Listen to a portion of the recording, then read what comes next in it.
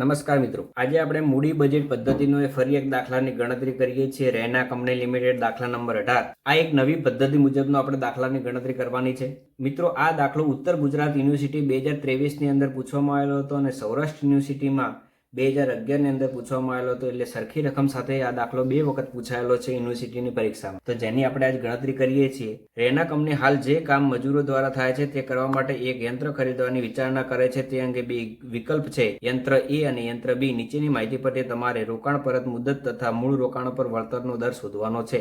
આપણે બે વસ્તુ શોધવાની છે. તો જેના માટે આપણને થોડીક વિગતો આપેલી છે. યંત્રનું અંદાજિત આયુષ્ય આપેલું છે 4 વર્ષ અને 5 વર્ષ. યંત્રની કિંમત આપણને આપેલી છે 80,000 રૂપિયા અને 1,50,000 રૂપિયા. માલ સામાનનો ખર્ચ આપેલો છે 10,000 અને 12,000. નિભાવ ખર્ચ આપેલો છે 20,000 અને 25,000. બગાડમાં અંદાજિત બચત આપેલી છે 15,000 રૂપિયા અને 20,000 રૂપિયા. પ્રત્યક્ષ મજૂરીમાં બચત આપેલી છે બિનજરૂરી કર્મચારી 100 અને 150. કર્મચારી દીઠ મજૂરી 800 અને 800. નફા પર કરવેરાનો દર 50% છે. તમે કયા યંત્રોની ભલામણ કરશો અને શા માટે? મિત્રો, આ દાખલો આપણે જે અગાઉના દાખલા ગણેલા છે એવી રીતના ગણવાનું નથી. આ અલગ પદ્ધતિથી દાખલો ગણવાનો, તો જેની આપણે અત્યારે ગણતરી કરીએ છીએ. તો સૌપ્રથમ આપણે જેટલું બચત થાય છે એ લખવાનું છે અને સામે ખર્ચ થાય છે એ આપણે નોંધણી કરવાની. તો આપણને બચત કેટલું થાય છે? તો આપણે સૌપ્રથમ બચત થાય છે મજૂરીમાં બચત. બિનજરૂરી કર્મચારી કેટલા બચત થાય છે? યંત્ર એ ખરીદીએ તો 100 કર્મચારીની બચત થાય છે. સામે એક મજૂર દીઠ કેટલા છે? 800 રૂપિયા. 100 ગુણ્યા 800 એટલે મજૂરીમાં બચત થશે 80,000 રૂપિયા. મશીન બી માટેની વાત કરીએ તો 150 મજૂરીની બચત થાય છે અને એક મજૂરનો ભાવ કેટલો છે? 800 રૂપિયા. તો 150 ગુણ્યા 800 એટલે આપણને જવાબ મળશે 1,20,000 રૂપિયા મજૂરીમાં બચત થઈ. બીજી બચત આપણને આપેલી છે બગાડમાં અંદાજિત બચત 15,000 રૂપિયા અને 20,000 રૂપિયા. તો 15,000 અને 20,000 રૂપિયા આપણે લખી દઈશું. તો મિત્રો, આ આપણી કુલ બચત થઈ 95,000 રૂપિયા અને 1,40,000. આ બંનેનો સરવાળો કરીશું એટલે કુલ બચત આપણે કેટલી થઈ? 95,000 અને 1,40,000 રૂપિયા. તો મિત્રો, જો આપણે યંત્રની ખરીદી કરીએ તો યંત્ર પાછળ આપણને ખર્ચા પણ આપણને આપેલા છે. કયા કયા ખર્ચા આપેલા છે? તો કે માલ સામાનનો ખર્ચ 10,000 અને 12,000 રૂપિયા. તો માલ સામાનનો ખર્ચ અહીંયા 12,000 છે, 10,000 અહીંયા લખાઈ ગયા છે એટલે આ બે રકમ સાથે છે અને આ બે રકમ સાથે છે. નિભાવનો ખર્ચ આપણને આપેલો છે કેટલો?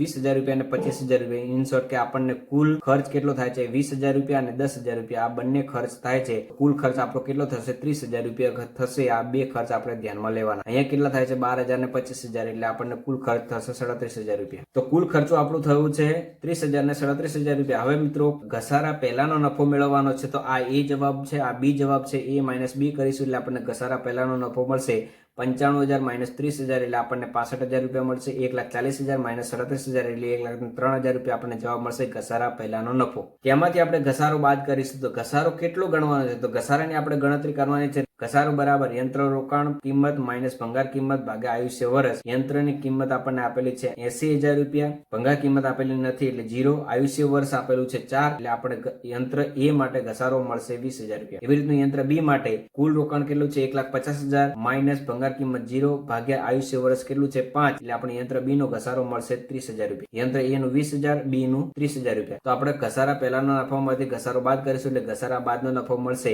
45,000 રૂપિયા અને અહીંયા 30,000 બાદ કરીશું એટલે 73,000 રૂપિયા. તેમાંથી મિત્રો આપણે નફા પર કરવેરાનો દર કેટલા ટકા છે? 50% છે. તો એમાંથી 50% આપણે બાદ કરીશું તો કરવેરા 45,000 ના 50% કેટલા થશે? 22,500 અને 73,000 ના 50% કેટલા થશે? 36,500 એટલે કરવેરા બાદનો આપણને નફો મળશે. આમાંથી આ બાદ કરીશું એટલે 22,500. 73,000 માઇનસ 36,500 એટલે આપણને જવાબ મળશે 36. મિત્રો, જ્યારે આપણે મૂડી બજેટનો દાખલો ગણવાનો હોય ત્યારે આપણે રોકડ પ્રવાહની જરૂર પડે છે. તો મિત્રો, અત્યાર સુધી જે આપણે દાખલા ગણેલા છે એમાં કઈ રીતે ગણતરી કરેલી છે? તો કે રોકડ પ્રવાહ બરાબર કરવેરા બાદનો નફો વત્તા ઘસારો. આ બે કોલમનો ઉમેરો કરો એટલે આપણને શું મળે છે? રોકડ પ્રવાહ મળે છે. તો અહીંયા જ એ જ વસ્તુ કરવાની છે. કરવેરા બાદનો નફો વત્તા ઘસારો કરીશું એટલે આપણને શું મળશે? રોકડ પ્રવાહ મળશે. એટલે 20,000 ઉમેરીશું. ઘસારો અહીંયા જે આગળ બાદ કરેલું છે હવે ઉમેરો કરીશું. 22,500 વત્તા 20,000 એટલે આપણને જવાબ મળશે રોકડ પ્રવાહનો યંત્ર એ માટે 42,500.